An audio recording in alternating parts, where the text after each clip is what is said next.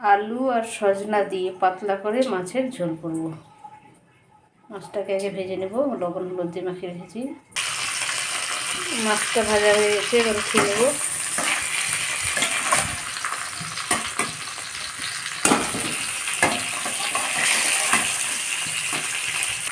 ওই তেলের মধ্যে আর একটু তেল দিয়ে দেবো কড়াইয়ের মধ্যে।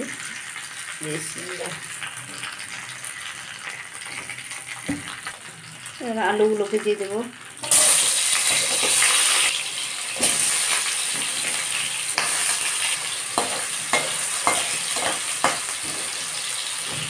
একটু লবণ দেবো, হলুদ।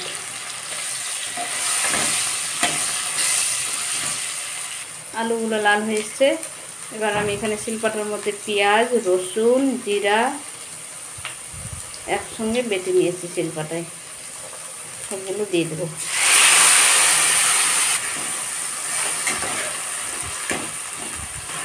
কাঁচা লঙ্কা দিয়ে দিচ্ছি এর সঙ্গে, অল্প একটু শুকনো লঙ্কা দেবো কালার হওয়ার জন্য। আদা বাটা, ভালো করে কষে নেবো মশলাটাকে। শিলপাটার মধ্যে মশলা বেটে রান্না করলে স্বাদ অনেক বেশি হয়। আমি শিলপাটাই মশলা বেটে রান্না করি।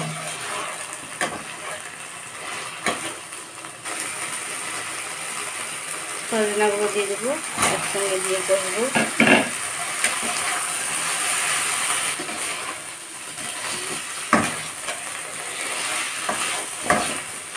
ভালো করে কষা হয়ে গেলে আমি সরষা বেটে রেখেছি, এটাকে দিয়ে দেবো। আগে দিলে পুড়ে যাবে, তাই পরে দেবো।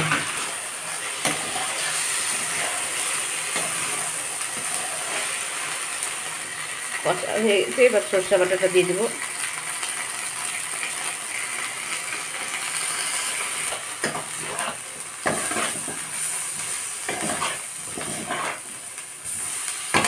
এবার জল দিয়ে দেবো বেশিক্ষণ কষতে।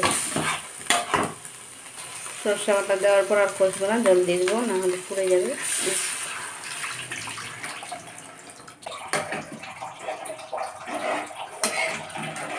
আমি পাতলা মাছের ঝোল করবো, তাই বেশি করে জল দিলাম।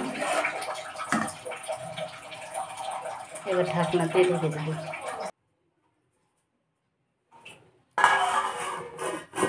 এবার রান্না করে নেব।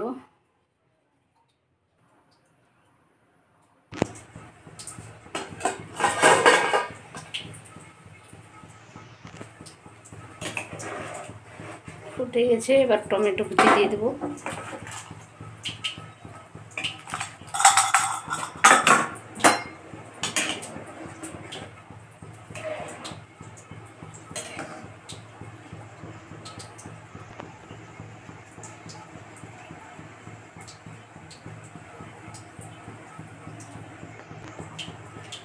ভেজে রাখা কাতলা মাছটা দিয়ে দেবো, দিয়ে ঢেকে দিয়ে কিছুক্ষণ রান্না করে নেব।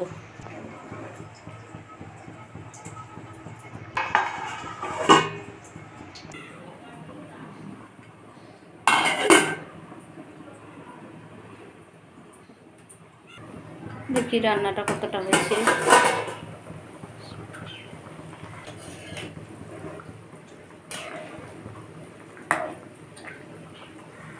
হয়ে গেছে আমার ঝোলটা। সজনা দিয়ে পাতলা করে ঝোল কাতলা মাছের। ধনেপাতাগুলো দিয়ে নামিয়ে নেব।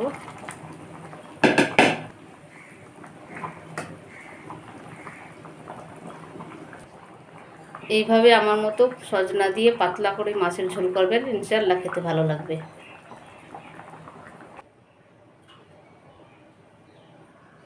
কত সুন্দর কালারটা হয়েছে দেখেন।